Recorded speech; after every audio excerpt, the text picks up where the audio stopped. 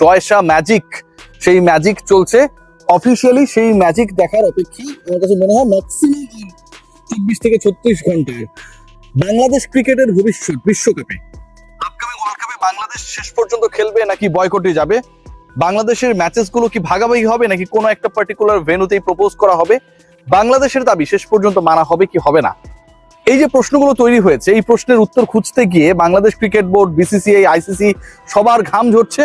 আমরা বিভিন্ন রিপোর্ট করছি, ভারতীয় মিডিয়া রিপোর্ট করছে, শেষ পর্যন্ত এটা একটা সমাধানের পথে চলে এসেছে।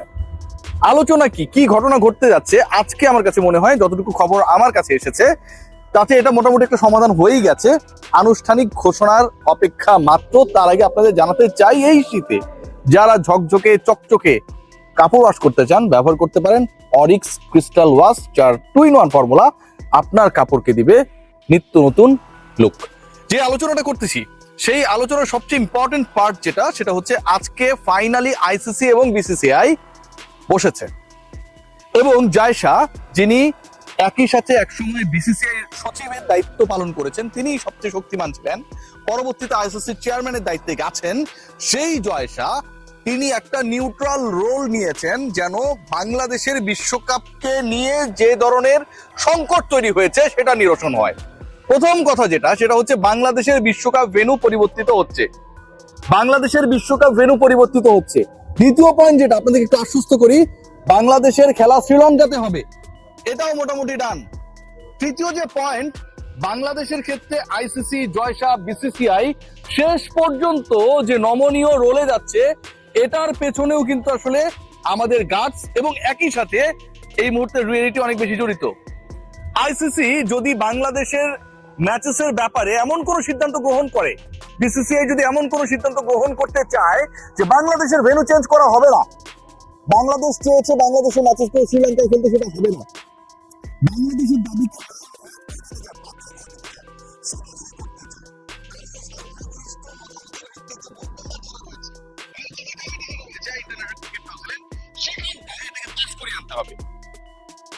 এবং সেই পাস করানোর ক্ষেত্রে ইন্ডিয়ান ক্রিকেট বোর্ডের সাথে সঙ্গী হিসেবে রয়েছে শুধুমাত্র একটাই cricket board, Afghanistan cricket board. বাকি যে দেশগুলো রয়েছে তাদের কেউ কেউ নিউট্রাল এবং কেউ কেউ পুরোপুরি বাংলাদেশের পক্ষে, যেখানটায় সবচেয়ে বড় সাপোর্ট বাংলাদেশ পাচ্ছে পাকিস্তান অর্থাৎ পিসিবির কাছ থেকে। পিসিবি এবং বিসিবির স্ট্রং অবস্থান, শ্রীলঙ্কাও মনে মনে চায় তার দেশেই ম্যাচেস গুলো হোক, রেভিনিউ হিসেবে যেভাবে। আইসিসি কে, বিসিসিআই কে একটা বড় বিপদের মধ্যে ফেলেছে, চ্যালেঞ্জে ফেলেছে জয়শা। এখন এটাকে, এই চ্যালেঞ্জকে জিততে চান বাংলাদেশের ম্যাচেস গুলো যেভাবেই হোক না কেন এই দাবি অনুযায়ী শ্রীলঙ্কাতে ফেলে।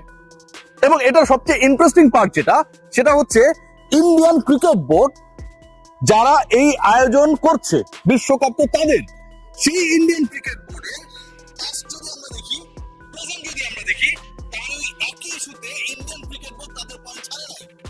99-2003 এক্সাম্পল যারা দেন যে আসলে ওই সময় বিশ্বকাপ হয়েছিল, সেই বিশ্বকাপে তো অনেকে খেলে নাই, পয়েন্ট ছেড়ে দিয়েছে প্রতিপক্ষের কাছে, শ্রীলঙ্কার মাঠে অনেকে যেতে চায় নাই, এই যে ঘটনাগুলো ঘটেছিল, এই যে ঘটনাগুলো আলোচনা করা হচ্ছে, ভাই 2023-এ কি কেউ পয়েন্ট ছেড়েছে?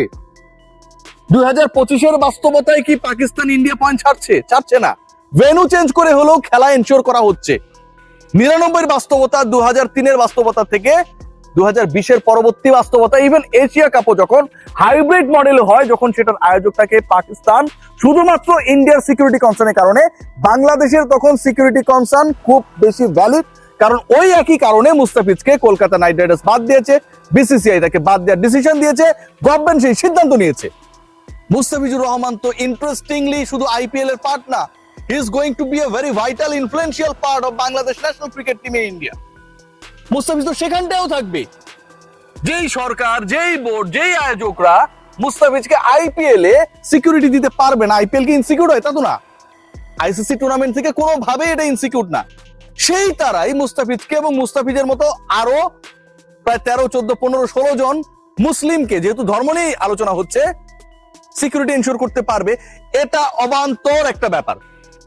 মুস্তাফিজকে আপনি যদি আইপিএল এ না পারেন, মুস্তাফিজ এবং মুস্তাফিজের দলবলকে আপনি অন্য টুর্নামেন্টে অথবা একই দেশের টুর্নামেন্টেও পারবেন না।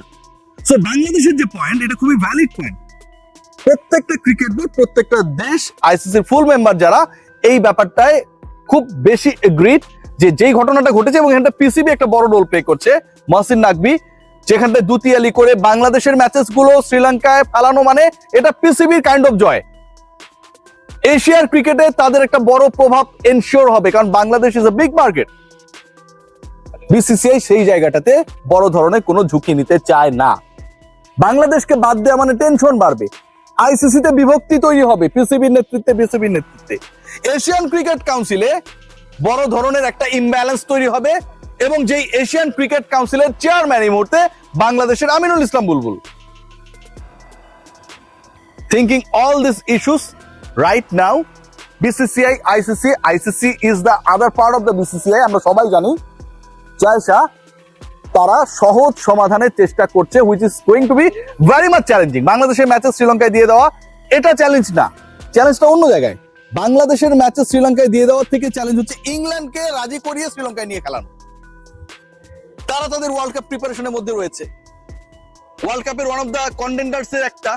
এখন আপনি বাংলাদেশের সাথে যেই নেশনস গুলো খেলবে, আপনি নেপালকে রাজি করাতেই পারেন, তারা খেললেই খুশি। ওয়েস্ট ইন্ডিজকে আপনি রাজি করাতে পারবেন, এটা নিয়ে খুব বেশি বেগ পেতে হবে বলে মনে হয় না। But the vital part is England. আমি গতকাল যে কন্টেন্টটা করেছিলাম, আলোচনা করেছিলাম, এবং সেটা আমি প্রত্যেকটা সূত্র থেকে মিলিয়ে আপনাদের সাথে বলেছিলাম যে বাংলাদেশের 3টা ম্যাচ শ্রীলঙ্কায় দিয়ে 1টা ম্যাচ ইন্ডিয়ায় দিতে চায়, win win combination situation create করতে চায় বিসিসিআই, আইসিসি। ওই একটা ম্যাচ, ওই যে পার্টিকুলার একটা ম্যাচ তারা ভারতে দিতে চায়, that is the match against England. ইংল্যান্ডের বিপক্ষে বাংলাদেশের ম্যাচটা ভারতীয় ক্রিকেট বোর্ড, আইসিসি তারা ভারতে দিতে চায়।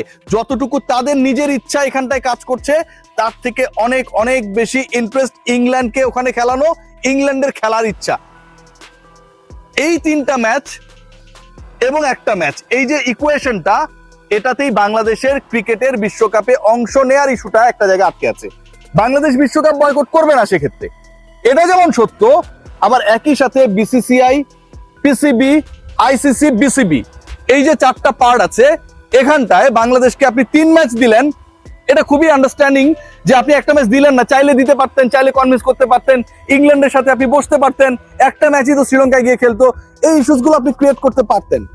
কিন্তু সেটা যদি আপনি না করেন, পরবর্তীতে আইসিসি এবং এসিসি তে একটা ইমব্যালেন্স ক্রিয়েট হবে, নো ডাউট অ্যাবাউট দ্যাট। ইংল্যান্ডের প্রায়োরিটি যেটা, তারা বিশ্বকাপ জিততে চায়, তারা ওখানটায় গিয়ে আবার এখানটায় এসে খেলবে, এরকমটা চায় না।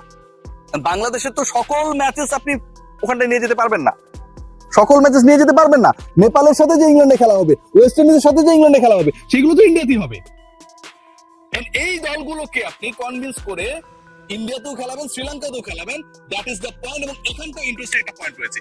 দেখুন, কলকাতা থেকে মুম্বাইতে বাংলাদেশের খেলা, কলকাতা থেকে মুম্বাইতে যাইতে যতক্ষণ সময় লাগে আপনারা সবাই গুগল করতে পারেন এখনই, তার থেকে কম সময় লাগে কলকাতা থেকে শ্রীলঙ্কায় যেতে। So still Bangladesh as a lot of logics, এবং সবচেয়ে বড় লজিকের জায়গা যেটা, সেটা হচ্ছে ওই 2003-এর গল্প আমরা অনেকে বলি, তার পরবর্তী সময়ে সিকিউরিটি নিয়ে যতবার কনসার্ন হয়েছে, প্রত্যেকবার আইসিসি ইভেন হাইব্রিড মডেলই হয়েছে, কেউ ম্যাচ ছাড়েনি, ইন্ডিয়া পাকিস্তান পর্যন্ত ছাড়ে নাই।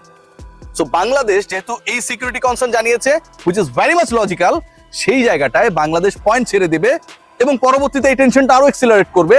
জয়শা অন্তত সেটা চাচ্ছেন না। Let's see what happen. বাংলাদেশের ম্যাচ শ্রীলঙ্কাতেই হবে, এটা মোটামুটি 99% ডান।